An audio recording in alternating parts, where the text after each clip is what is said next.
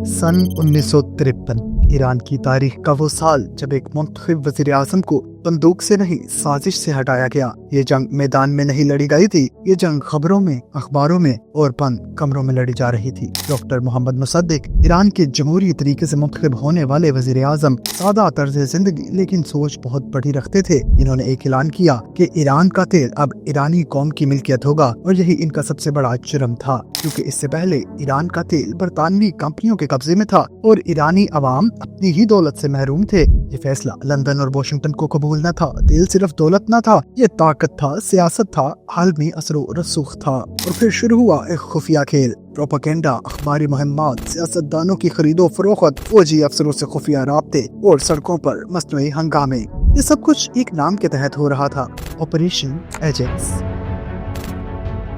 और आखिरकार फिर एक दिन फौज ने कदम उठाया और मुसद्दिक को इक़्तिदार से हटा दिया गया। ना कोई नया इलेक्शन, ना अवाम की राय, बस एक खामोश तख्ता उलट दिया गया।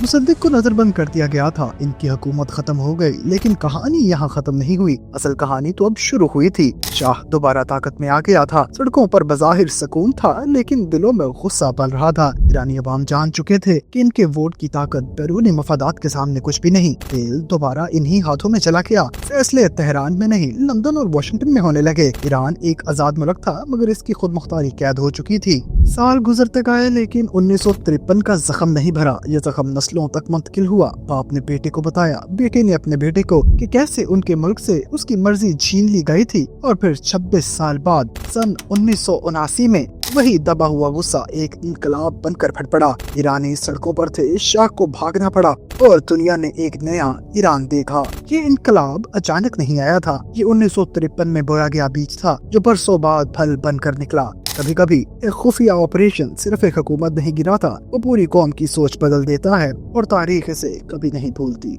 आपको ये वीडियो कैसी लगी? अपनी राय का इजहार कमेंट बॉक्स में कीजिएगा और वीडियो अच्छी लगने की सूरत में इसे लाइक और शेयर करें। मज़ीद ऐसी अच्छी वीडियोस हासिल करने के लिए हमारे चैनल उर्दू वॉइस पॉइंट को सब्सक्राइब करें। अल्लाह हाफिज।